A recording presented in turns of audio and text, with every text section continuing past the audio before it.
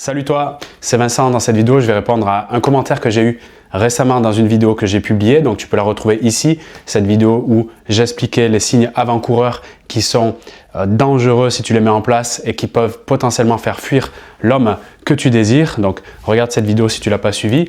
Et le commentaire, je te le lis ici, donc tu peux le retrouver directement sur l'écran.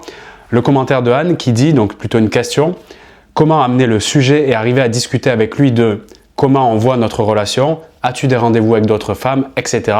sans passer pour une névrosée.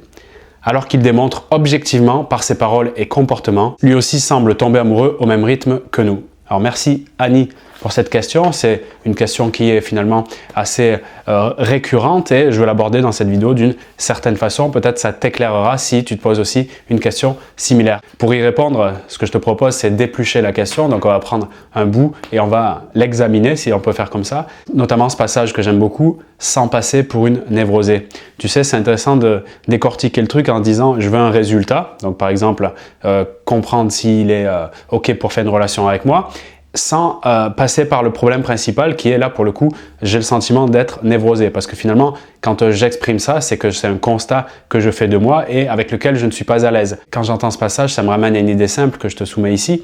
Peut-être l'as-tu vécu, le fait d'aller au collège ou au lycée et juste le matin avant d'aller en classe à 8 h, tu découvres que tu as un gros bouton au milieu du nez. Donc il y a plein de questions que tu te poses, tu te dis tiens, il y a les beaux gosses de la classe, s'ils voient ça, ça va mal passer, comment je vais me débrouiller, on va se moquer de moi, etc. Donc la solution par défaut, quand j'ai un peu de naïveté et un manque d'expérience, eh bien, je vais tenter de le cacher certainement avec le fait de rajouter un peu plus de fond de teint. Et je vais arriver à 8 h, 8 h 05 en classe et la première chose qui va se passer, surtout avec le ou les mecs qui peuvent m'intéresser dans la classe, eh bien, ils vont le remarquer tout de suite, ils vont rigoler ensemble au fond et ils vont dire mais qu'est-ce que tu as fait? Tu as mangé un pot de Nutella dans la nuit ou je ne sais quelle autre connerie pour se moquer de toi. Alors c'est quoi la morale de l'histoire? C'est quand je veux cacher quelque chose, il se voit d'autant plus. Donc le sujet et la première solution que je propose dans ce genre de cas, c'est au lieu d'aller nier cette chose-là et d'essayer de passer à côté, c'est d'aller faire face et de rentrer clairement dans le sujet en disant ok, quelles sont ce que j'appelle là pour le coup dans cette question les névroses, mais tu peux appeler aussi mes peurs, mes blessures, mes traumas, etc. Et comment je peux faire pour apporter une solution concrète, profonde et durable sur cette chose-là. Parce que à partir de ce moment-là, comme le bouton qui sera bien traité, même si ça va un peu se voir au début sans le fond de teint, eh bien si je l'accepte et que je le reconnais, d'accord, ce bouton, c'est OK, il existe et que je veux mettre une solution qui n'est pas sur les symptômes, le fait qu'on le voit, mais plutôt sur la cause. Qu'est-ce qui a entraîné peut-être dans mon alimentation, dans mes pensées, dans mon sommeil, qu'est-ce qui fait que j'ai une poussée d'acné, si tu veux, parce que ce bouton, ça sera peut-être le lendemain là, là, là et là. Donc c'est comme pour l'histoire de la névrose, quand je veux le cacher, elle va s'amplifier. Donc d'un premier temps, je fonce sur ce sujet et même si je suis en relation avec lui au quotidien, je mets l'accent chaque jour pour essayer de solutionner cette névrose. Très, très important.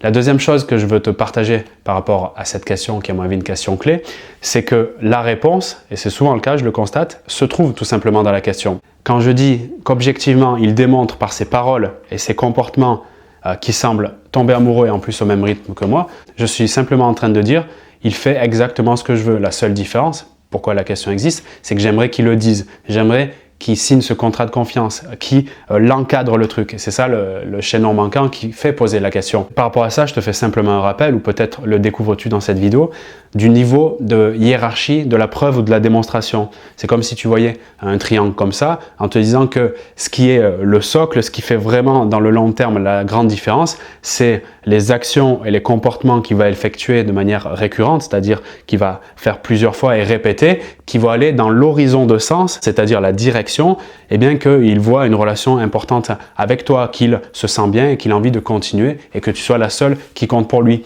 Donc quand tu observes, parce que c'est une position d'observatrice, c'est-à-dire je me détache de l'impact émotionnel qui peut être assez puissant, et si c'est le cas, il va falloir faire un travail de gestion émotionnelle, en tout cas de les comprendre et après mieux les respirer pour pouvoir avoir cette phase de détachement et observer, parce que c'est un mot-clé. Communiquer, c'est avant tout observer ses comportements et, comme a priori c'est le cas dans cette question, eh bien vérifier si je puis dire, qui sont complètement alignés avec le but de s'engager, de se mettre dans une relation. Et bien souvent, tu remarques, et c'est le cas bien sûr pour les hommes, dès qu'il y a une bonne ambiance, une bonne énergie, etc., tu peux avoir des mots qui vont sortir, mais en fait qui sont juste générés par cette intensité émotionnelle, cet enthousiasme, voire cette excitation. Ces mots qui peuvent être pris comme des promesses ou des paroles qui sont nourrissantes au moment où tu les entends, peuvent ne pas se vérifier sur les actions et les comportements dans la durée, parce que justement, ils ont été effectués, ils ont été dits au moment où il y avait une forte intensité émotionnelle. Et c'est particulièrement dans ces zones, quand on est très excité ou qu'on a très peur, que les mots n'ont pas une vraie valeur dans la durée, parce qu'ils ont été régis justement par le règne de ces intensités émotionnelles.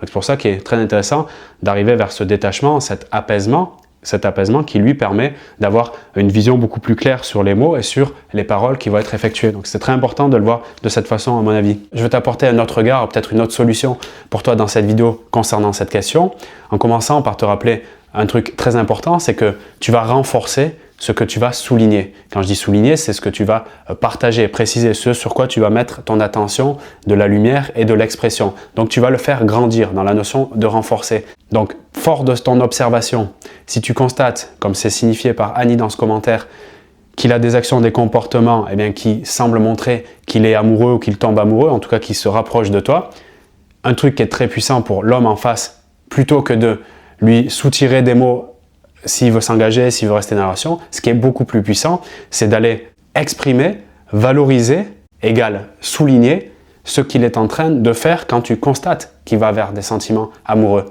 Et à ce moment-là, lui, qu'est-ce qui se passe dans son cerveau? Il se dit, je fais des choses qui sont agréables pour moi, elle le constate, elle exprime, du coup ça me fait un retour et le côté agréable, il s'augmente chez moi puisque ça se renforce, ça grandit en moi. Donc si tu sens que par ces actions ou comportements, quels qu'ils soient, selon toi, ça ressemble à quelque chose qui se rapproche d'un comportement amoureux, sache bien que quand tu vas lui prononcer cette chose-là, ce sentiment va grandir en lui, ça va même le pousser à faire d'autres actions dans cette, comme je te disais, horizon de sens, donc dans la direction d'être encore plus amoureux de toi. Si tu saisis bien la puissance de ce que je suis en train de te dire là, ça peut faire une différence majeure. Et tu vois bien que là, on n'est plus en train de lui demander « est-ce que tu vois d'autres femmes? Comment tu vois la relation ?» On est en train de regarder ses actions, de constater qu'il y a des choses qui vont vers le fait de se rapprocher de moi. Peut-être a-t-il envie, après le sexe, de dormir avec moi. Peut-être c'est un élément concret. Peut-être a-t-il envie de me prendre un peu plus dans les bras, de m'apporter un peu plus de valeur, de me demander ce que je fais après mon travail.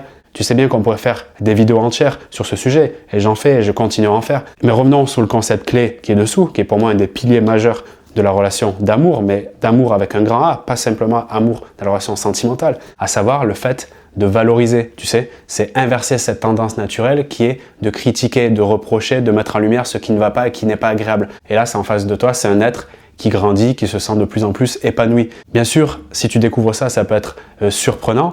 Et si pour toi, c'est quelque chose que tu as l'habitude d'entendre, voire de commencer à mettre en place, je t'invite à le faire de plus en plus pour que ça devienne vraiment une habitude, que ça soit ancré en toi et que tu incarnes cette personne valorisante, parce que quelqu'un qui est valorisant, c'est comme le soleil sur ta peau, c'est quelque chose qui t'éclaire, c'est quelque chose qui te donne envie de te rapprocher d'eux. Et clairement, je te le dis, si tu saisis le message principal que je veux passer dans mes vidéos, ça restera toujours celui-ci, c'est prends la personne qui est en face de toi, observe-la et regarde ce qui est beau, bien et génial en elle et exprime-lui. C'est un des concepts, s'il est appliqué, qui est pour moi le plus puissant qui existe dans les relations humaines. Si tu veux aller plus loin et découvrir comment fonctionne un peu mieux le cerveau d'un mec dans la conquête amoureuse et surtout quelles sont les meilleures choses à mettre en place pour pouvoir le conquérir dans la durée sans jamais avoir à lui courir après, regarde dans la description de cette vidéo, je t'ai préparé un programme de formation vidéo complètement offert, donc avec 3 vidéos que tu recevras par mail jour après jour.